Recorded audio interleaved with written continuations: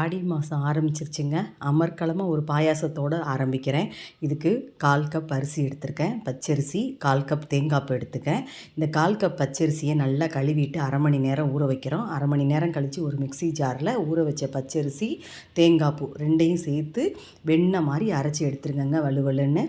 அதுக்கப்புறம் அடுப்பை ஆன் பண்ணி ஒரு சட்டியில் 5 கிளாஸ் தண்ணி விடுங்க. தண்ணி நல்லா சூடு வரவும் நம்ம அரைச்சி வச்சுருக்க பச்சரிசி தேங்காய்ப்பூ கலவையை இதில் ஊற்றி கைவிடாமல் கிண்டுங்க. அப்போ தான் கட்டிப்படாது. நல்லா வெந்ததுக்கப்புறம் 1 கப் அரிசி எடுத்தோம் இல்லையா, அதுக்கு 2 கப் சர்க்கரை எடுத்துக்கோங்க. கரெக்டாக இருக்கும். 1 பங்குக்கு 2 பங்கு சர்க்கரை சேர்த்துக்கங்க. ஏலக்காய் தூள்களை தூவுங்க. அதுக்கப்புறம் 1 ஸ்பூன் நெய் சேர்த்து முந்திரி பருப்பு வறுத்து தாளித்து கொட்டுங்க.